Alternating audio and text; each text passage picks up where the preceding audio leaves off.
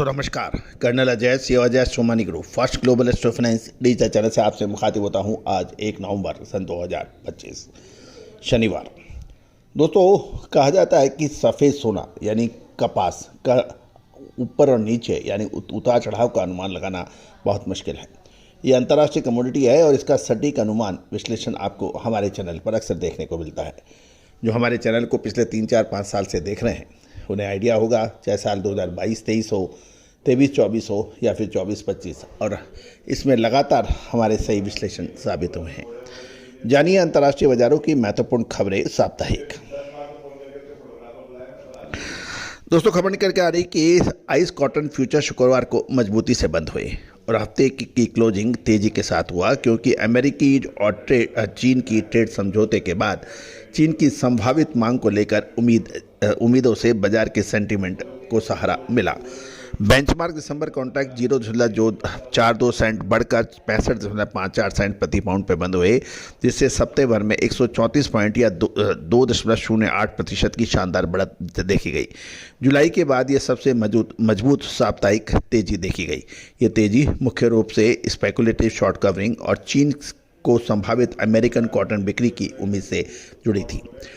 जहाँ तक spread activities की बात करें तो दिसंबर-मार्च कैलेंडर स्प्रेड तेजी देखने को मिला। ये 1.19 सेंट प्रति पाउंड पे बंद हुआ, जो जून मध्य के बाद सबसे मजबूत स्तर है। ये उछाल गोल्डमैन सैक्स कमोडिटी का GSCI फंड रोल ओवर और 7 नवंबर को होने वाली ऑप्शन एक्सपायरी से पहले आक्रामक शॉर्ट कवरिंग और रोल ओवर पोजीशन के चलते देखने को मिला। यहाँ तक मैक्रो फैक्टर्स की बात करें, व्यापक कमोडिटी बाजार क्रूड ऑयल फ्यूचर्स 30 सेंट बढ़कर 68.87 डॉलर प्रति बैरल पर पहुंचे, जबकि अमेरिकन डॉलर इंडेक्स 0.197 डॉलर मजबूत होकर 99.545 पर बंद हुआ, जिससे कॉटन सहित सभी कमोडिटीज़ को हल्का सहारा मिला। जहाँ तक फिजिकल मार्केट की बात करें और एक्सपोर्ट के जो संकेत हैं, फिजिकल मार्केट 30 अक्टूबर को द सीम ऑनलाइन ऑक्शन में अमेरिका में 699 बिल्स की बिक्री 63.03 सेंट प्रति पाउंड के औसत कीमत पे हुई।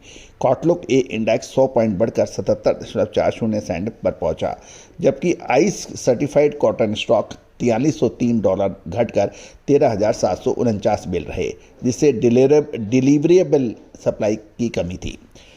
जब अब चीन की बात करें तो बाज़ारों में ये भी अटकलें हैं कि चीन ने हालिया कृषि व्यापार समझौते के बाद सीमित मात्रा में अमेरिकी कॉटन की खरीदी शुरू की है। इस संभावित खरीद ने कॉटन की कीमतों को सपोर्ट दिया है और ट्रेडर्स आने वाले सप्ताह में इसकी पुष्टि होने का कर रहे हैं इंतजार।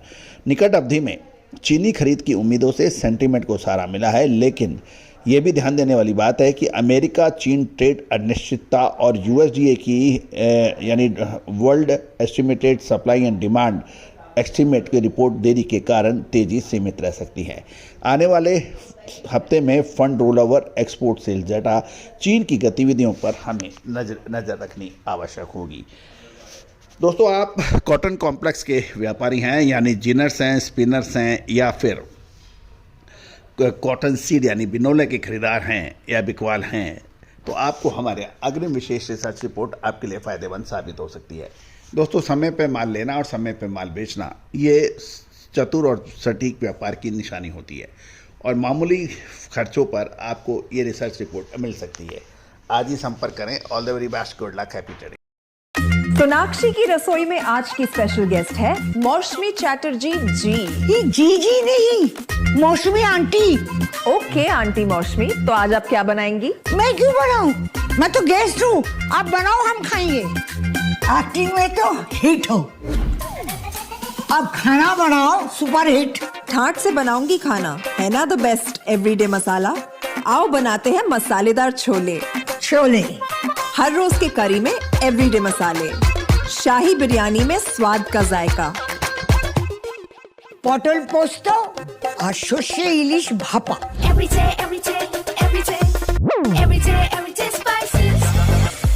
साफ मसाले, खुशबू और प्योर झाग, टेस्ट से भर दे हर जुबान पे स्वाद। एवरीडे मसाले, देश का स्वाद।